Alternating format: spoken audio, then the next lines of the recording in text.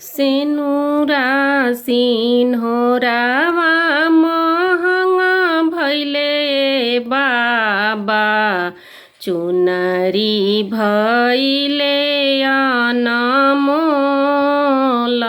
हे। सेनुरा सिन्होरावा महँगा भैले बाबा, चुनरी भैले अनमोल हे। ओही रे सेंदूरवा के कारण ए पापा, छूटल जाला देशवा हमार हे। ओही रे चुनरिया के कारण ए बाबा, छूटल जाला माई बाप हमार हे।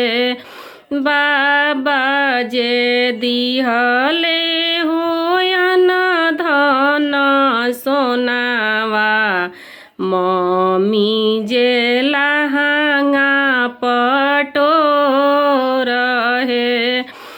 बाबा जे दिहले होयन धन सोनावा, मम्मी जे लहंगा पटोर हे।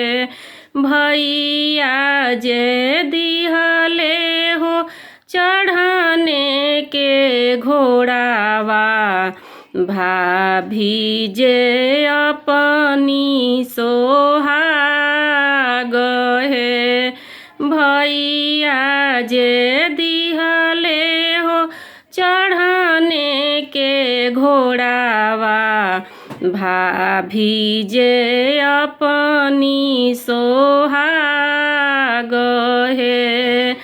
बाबा के सोना हम 6 महीना खइब, फाटी जइहे लहंगा पटोर हे।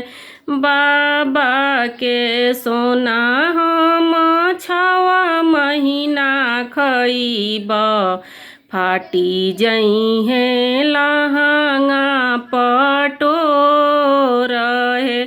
भैया के घोड़ा हम काहो जे करब, भाभी के अमर सोहाग हे।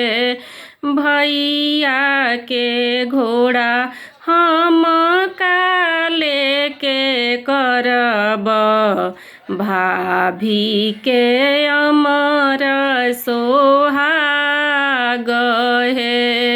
भाभी के अमर सोहाग हे।